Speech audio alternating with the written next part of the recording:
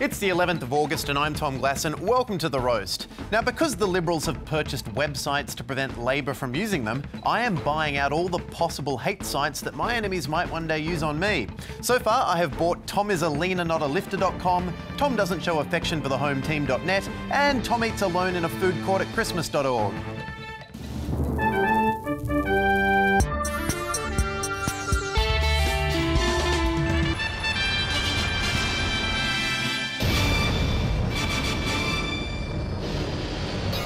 Of course, the worst thing is the food court's closed on Christmas Day, so I had to sit at the gates with a sandwich I brought from home. Good luck using that to make me look bad. Ha! First though, Mark Humphries has the headlines. And I'm going to start making my Christmas feast. All right, let's get going. Woohoo! Done. McDonald's, the fast food restaurant that's slowly killing you and loving it, has recorded its worst sales results in over 10 years. Where did the sales go? Police wish to speak to this man. And this man. Global sales dropped 2.5% in June and July, presumably because staff forgot to ask if people wanted fries with that. Incidentally, 2.5% is the percentage of chicken in a McNugget. The drop in sales is attributed to greater competition, as well as a trend towards healthier eating. So look forward to McDonald's newest creations, Mactivated almonds and the quinoa pounder. A selfie taken by a monkey is at the centre of a copyright battle. I know we promised no more monkey copyright stories, so I swear this is the last one. Let's take a look at the ape. Nope, that's not the one. That's a bonobo. That's a duck.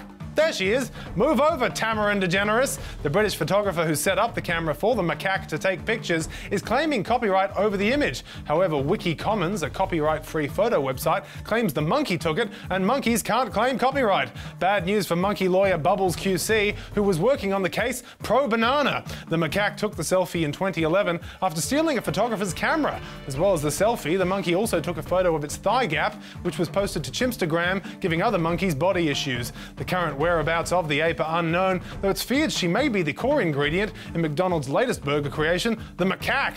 And finally, an underground book storage facility operated by robots has opened at Sydney's University of Technology. Meanwhile, Robot University has just opened an underground human facility controlled by books. And may the best underground storage facility win.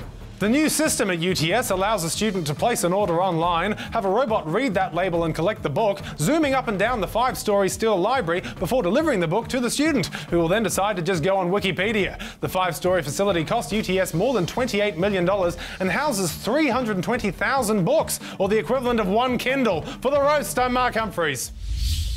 Thank you, Mark. You know, I once snuck into a Robot U party. I even got a toaster's phone number, and if you'll excuse me just one second here, 1101001110. That's the area code. 0011001110.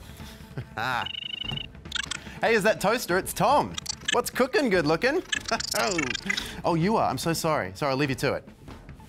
Well, next up tonight, after vehemently denying that Tony Abbott lied about the budget, the Liberal Party is being widely ridiculed for registering the domain name abbottlies.com.au so that Labor couldn't use it for their broken promises campaign.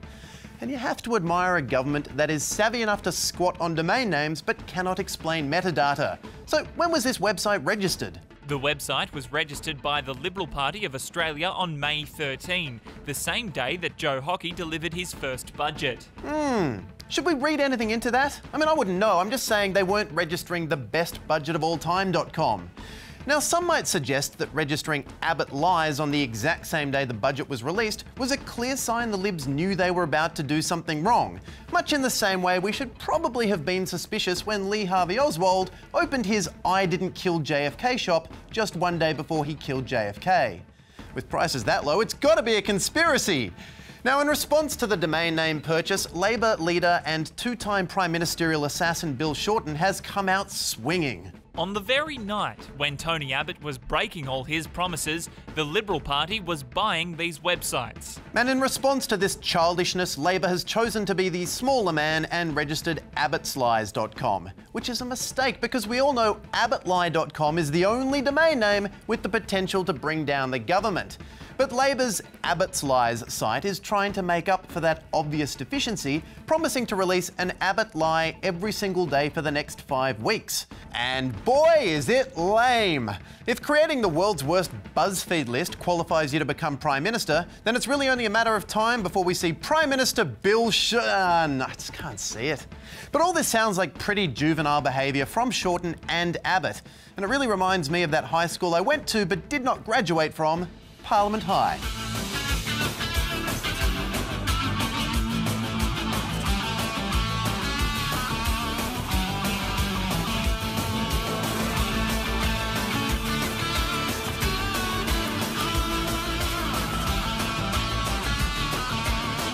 Previously on Parliament High. She promised no canteen tax, and then she went and put a great big canteen tax on everything. This is why girls can't be school captain.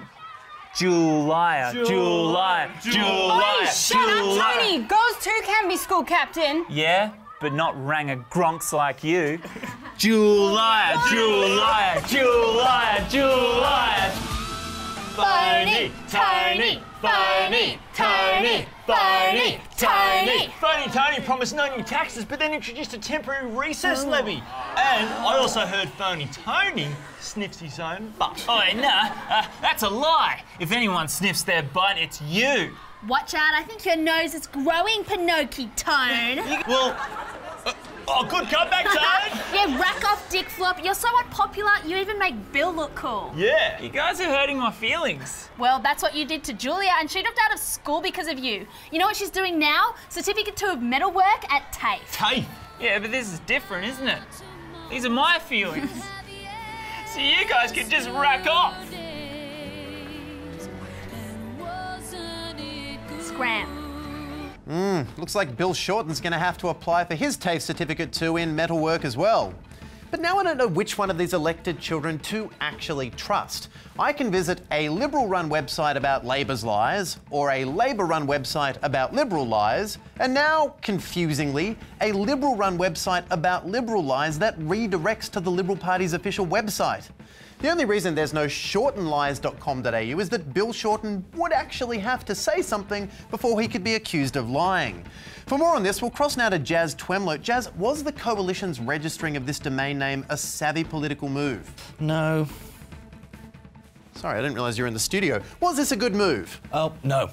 Terrible idea. Labour's being immature, wasting time putting together and promoting an entire website that has nothing to do with their own policies and ideas, and the Coalition, even though they're in charge, have responded in an equally childish way with their own website. It's the equivalent of a kid having a tanty and slamming their bedroom door, and then the parents retaliating by building a pillow fort and then shitting their pants. If the Coalition wanted to win the high ground, they should have just created a website with the domain name www.we'rebusyrunningthecountry while Labour's pissing around making websites like abbottslies.com.com. Problem solved. Oh, is that it? Yeah, that's it. Right. Well, we'll be right back. Hey, what are you doing this Christmas? Oh, spending it with my loving family. Have you ever been a member of the nation's government who is acting like a teenager by calling people names?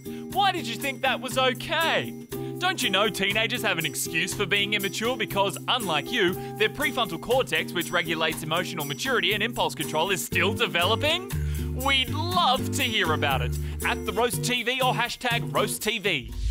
Well, finally tonight. Mr. Glasson, Dr. Richardson MD will see you now. What? Hello, Tom. Have you been taking those meds I prescribed? Yes, I have been, and I keep growing hair on my hands. Yes, you had what we in the pseudo-medical community called bald palms, but no more. No. Here, take this. All right. This is killing us this week. Swallow.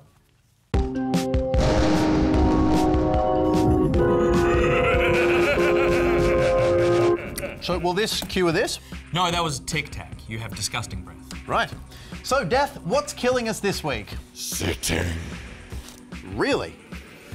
An increasing number of studies have confirmed that extended periods of inactivity can increase your risk of heart disease, type 2 diabetes, some types of cancers, and premature death.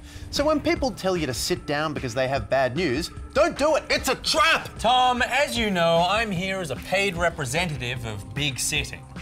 Big Sitting. We're full of sit. And it's obvious to me that this is all just another example of Big Standin' coming in with his muscular legs, knocking around the little guy with the littler legs. Guys like me. I mean, look at these pins. Ugh. They're the width of pins. Yeah, well, maybe if you exercised a little more. I went running yesterday. Marsh? Whew, I'm working up a sweat. Marsh? And what have you ever learnt by standing up? Learning is a sitting man's game. Look at all the great thinkers. Newton, sitting. Lincoln, sitting. Xavier, soon to be permanently sitting. Now look at all those people who stand up. Dwayne "The Rock" Johnson. Buildings. The real Slim Shady. Sad, standing idiots. Okay, but what about the University of Sydney study that found that men and women who sat for 11 hours or more a day had a 40% greater risk of premature death? 40% greater risk of premature death, but 100% guarantee of being chill, remaining sweat-free, and protecting yourself against chronic rockness. So you admit sitting will kill you? Never! Big sitting keeps me paid, comfortable, and keeps my rickets at bay. All right, well, that's why this week what's killing us is... sitting. Okay, thank you, Death, and thank you, Nick. Nick? Oh, if you don't want to end up dead like Nick here, get off your keister and go walk around, for God's sake. But first, sit back and enjoy The Tonight Show with Jimmy Fallon, then take a load off with Louis Theroux. After that, put your feet up for Head First with Sabre Bradley, and then get comfortable for How to Get Rich Selling Crack to Kids, or something like that, here on ABC2. And we'll see you tomorrow night. No, don't get up. Good night.